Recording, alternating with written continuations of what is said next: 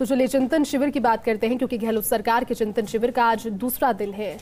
फिलहाल हमारे साथ में सहयोगी डॉक्टर ऋतुराज इस वक्त लाइव जुड़ चुके हैं। ऋतुराज, 17 विभागों की रिपोर्ट आज भी पेश की गई और कल भी विभिन्न सत्रों के माध्यम से सभी विभागों का रिपोर्ट कार्ड और इस चिंतन के माध्यम से सीएम अशोक गहलोत के सामने प्रेजेंटेशन। आज ये बैठक जहां जारी है, क्या खास और क्योंकि अब तक अलग अलग विभागों की प्रेजेंटेशन इसमें हुई है?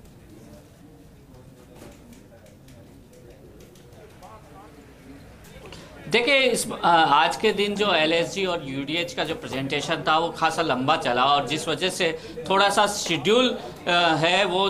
आगे बढ़ रहा है। तो अभी जो होम डिपार्टमेंट का पूरा रिव्यू चल रहा है और होम डिपार्टमेंट की जानकारी दी जा रही है कि किस तरह से जो नई प्रणाली शुरू की गई है एफआईआर दर्ज करने की, उसको लेकर क्या फीडबैक है, ऑनलाइन एफआईआर करने के लिए जो सुविधा दी गई है वो क्या फीडबैक है, इन तमाम बातों को लेकर यहाँ पे प्रेजेंटेशन का दौर जारी है। इससे पहले राजस्व विभाग का प्रेजेंटेशन हुआ था जिसमें जमाबंदी और अन्य तरह के जो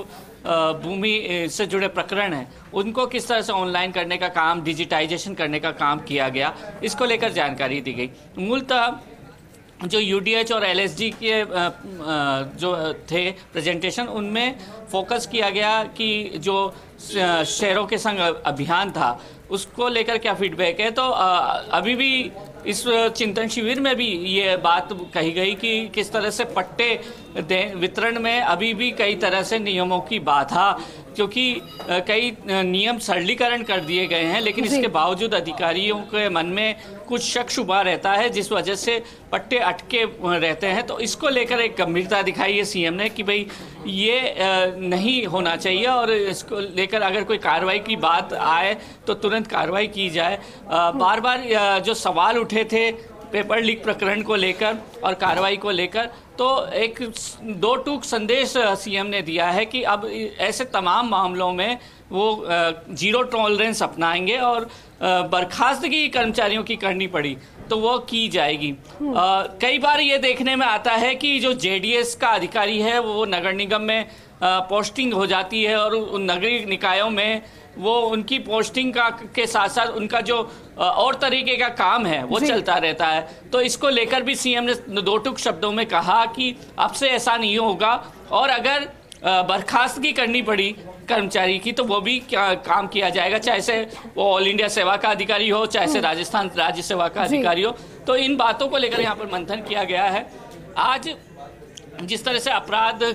का जो ग्राफ है उसको लेकर अभी मंथन जारी है कि महिला अत्याचार से जुड़े मामले हैं। मेरा सवाल वही था क्योंकि अब ये चुनावी साल है और इसमें चिंतन किया जा रहा है, सभी बैठे हैं और कल अलग अलग विभागों का, लेकिन आज कानून व्यवस्था को लेकर भी चूंकि चिंतन है और गृह विभाग मुख्यमंत्री अशोक गहलोत के पास खुद ही है। पहले जानकारी सामने आई थी कि वो इस विभाग को लेकर खुद ही प्रेजेंटेशन देंगे, क्या अंदर से खबर आ रही है प्रेजेंटेशन कौन दे रहा है कानून व्यवस्था को लेकर और इस विभाग को लेकर?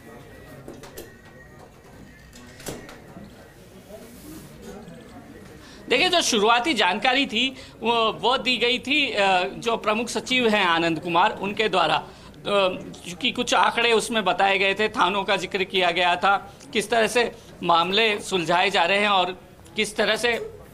जो पूरी प्रक्रिया है उसका आधुनिकीकरण किया जा रहा है, ऑनलाइन किया जा रहा है, थानों का आधुनिकीकरण किया जा रहा है, किस तरह से नफरी बढ़ाई जा रही है, इन तमाम बातों को लेकर उन्होंने अपनी बात कही थी। और अब उसी प्रेजेंटेशन को आगे बढ़ाते हुए विचार विमर्श का दौर जारी है, तो उसमें डिस्कशन किया जा रहा है कि किस तरह से और सुधार हो जिससे कि कानून व्यवस्था की एक स्वच्छ छवि आम जनता के सामने आए, क्योंकि वह जनता के सामने एक दर्पण की तरह होता है। क्योंकि अपराध अगर कम होंगे और जो अपराधियों में भय अगर वास्तव में व्याप्त होगा तो एक सरकार का इम्पैक्ट वहां पर नजर आएगा। और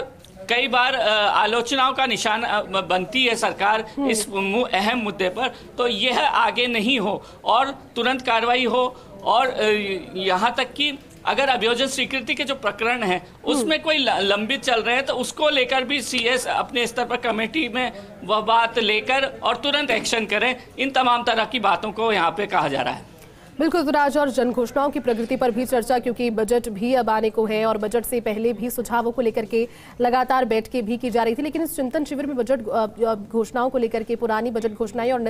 नए जो बजट में प्रावधान लिए जाने हैं, जो सुझाव ऐड किए गए, उसको लेकर भी कुछ चर्चा का एक समय रहा।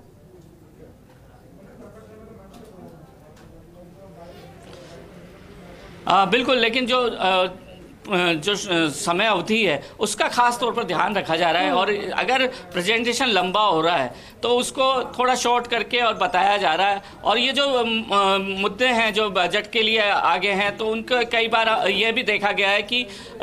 उनको फाइलों में या कागजों में अलग से लिखित रूप में देने की भी बात कही जा रही है, अगर उपलब्धियां ज़्यादा विस्तार से बता दी गई हैं किसी विभाग द्वारा। और एक और बात मैं बता देना चाहूँगा जयती कि